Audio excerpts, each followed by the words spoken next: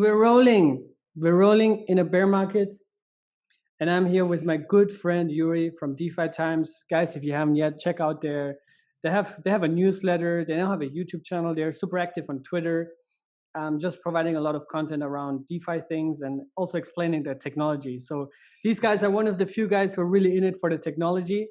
But kidding aside, of course, we're all here, or 95%, to speculate on crypto, right? That's what we're also here for, to maybe place some good bets here, make some money in that space. And right now everything is crashing. So I thought I'd bring Juri on and we talk about it. We talk about our feelings, our sentiment, what do we think, where we're going from here. And Juri has an interesting theory. So Juri, welcome on the show. What do you think about the current market? We crashed really hard. Are we going to zero now, or what's the next move? Yeah, first of all, thank you for the invitation, sorry. And yeah, I have this kind of a theory. Theory is maybe the wrong word, but I mean, we crashed pretty significantly. It was very hard days to be in crypto. So, but I think that's normal. Nonetheless, I think the Bitcoin dominance will rise again. So I think more and more money will go into Bitcoin again, because Bitcoin is pretty cheap nowadays. And I think we will move most of the time sideways, like the next 2 or 3 weeks. But I think the most of the money will go back into Bitcoin, because Bitcoin is the most trusted asset in crypto. I think there's no doubt about that. And but if you look on your calendar, then you will realize, okay, if we talk about 6 weeks or so, like 6 weeks sideways moves and 6 ways of Bitcoin moves, then you will then you will realize that EIP 1559 is just happens in the next 7 or 8 weeks or so. I'm not precisely sure, but in July definitely. And then optimism goes live in summer as well. So I think we will see 6 or 7 weeks of calmness, of Bitcoin dominance, and then we are ready to alt season. Yeah, that's a good theory. And remember that none of this is any sort of like financial advice or anything. But I know a lot of you guys are now panicking, right? Because everything is crashing. And I get a lot of questions also like, oh, Cito, what should I do? What should I buy? You know, and a lot of people got wrecked with SafeMoon and Shiba Inus and all those meme coins, right? But I think if you really understand what's still coming, and I also just made a video about that, like all the technical upgrades that are still coming on Ethereum. You mentioned EIP 1559. And guys, this is a huge update on Ethereum, because it will make it ultra scarce. It will make the transaction fee finding much more efficient and effective, right? In favor of the end user. So there's a lot of things to come, scaling wise, DeFi wise. A lot of other chains are fully going live and fully launching, and it's all kind of happening in July, in summer, right? So it's very interesting times. And I think yeah, don't get too much distracted with those short-term price movements. Obviously we've both, you know, we hang out a lot here, and when our portfolios go down, of course it hurts, right? It hurts to see. We're also just human, you know, in the end of the day. But if you don't get distracted too much by that and really want to become part of the space, if you're new, then I really recommend you to you know, find trustworthy sources of information, you know, that you can extract value from, that you can learn about what this all means, right? What does EIP even stand for, right? Like there's a lot of things that people don't know. And what is the gravity dex on Cosmos? You know, I talk a lot about Cosmos. What are parachains? What is a relay chain, right? What, like all these things, Lightning. And I really recommend you to really dig deep on those things, try to understand what all this means in the long term, in the midterm even, and then you will be much more relaxed, right?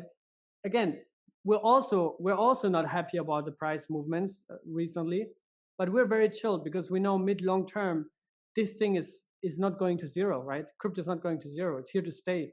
Ethereum is not going to zero. Polkadot is not going to zero, unless they get hacked, of course.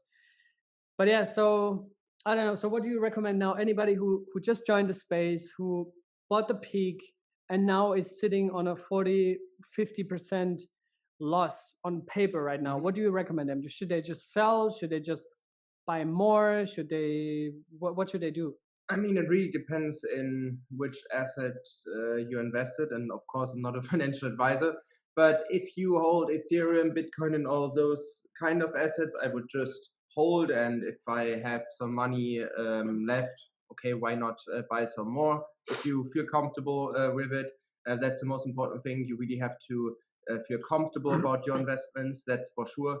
But if you're all in meme coins such as Shiba Inu and whatever, I mean, that's all fun and games. And yes, it could potentially make a very good trade. But in the end of the day, if you look really into these projects that have a great technology and a great team behind it, I think they will succeed in the long run. I just read an article today about PwC, and PwC is maybe the biggest consultancy firm in the financial sector. They are also responsible for auditing, so they are big players, one of the most important firms in the financial sector.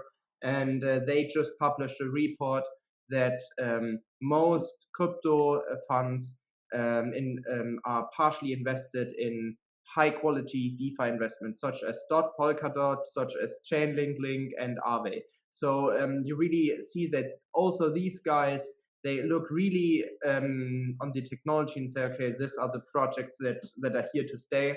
And I would definitely go with the big guys and go more into these sectors and look for very good projects with a great team and a great technique. And yeah, I think that's a very important point, because if you're like investing in those very low cap coins and meme coins or NFT coins, right, you have to be aware that this is the risk is times 1000, right? Bitcoin is already extremely risky. It's already the most volatile asset in the entire world, right? A year ago, it was crashing to 3,000 something, right? In the March crash of 2020. Then it went up to 60 something thousand. Now it's again at, it went down to 29 or 30,000, right? So it's like a roller coaster, Bitcoin, right? Which is the most stable cryptocurrency of them all, besides stable coins, obviously. But then the further you go down the list, the more upward potential you have. So it means the more potential rewards you have, but also your risk increases exponentially, right? So you have to really see this as a gamble, especially if you don't spend any time even opening the website, right? And I have digged a little bit into it, for example, SafeMoon. I couldn't even find who is behind it. I don't even know what they really do, right? So, and I think most people can't explain what they do. I saw they bought a bunch of followers, they bought a bunch of views on their Twitter, right? So whenever I see those red flags, I want to really encourage you to stick to fundamentals. And if you want to gamble with those low cap things, put 10, 20, 30% max, right? Not more. Like I'm also investing into low cap altcoins, but mostly because I use the product and I'm convinced of the product, or at least see potential in the product. But I know also that the risk is incredibly high, right? So we'll leave you with that. I think this is also good injection of information for you. Oh, I just want to add one more thing. Yes. One last thing, because you just talked about this. See, the danger, what Michael also just mentioned, is the crash, the recent crash was pretty out of nowhere. So we didn't see that coming. And we are working in this industry 24/7. We wake up with crypto and we go to sleep with crypto. It's horrible. But this crash came for us like was pretty surprising.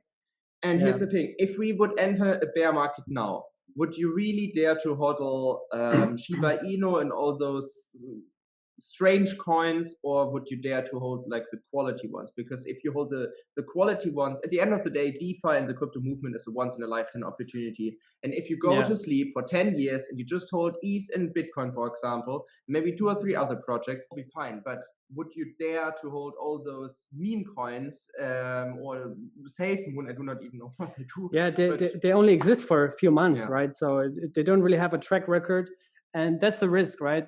But another final thought, because before we leave you, is also the market depth in crypto is not really deep, right?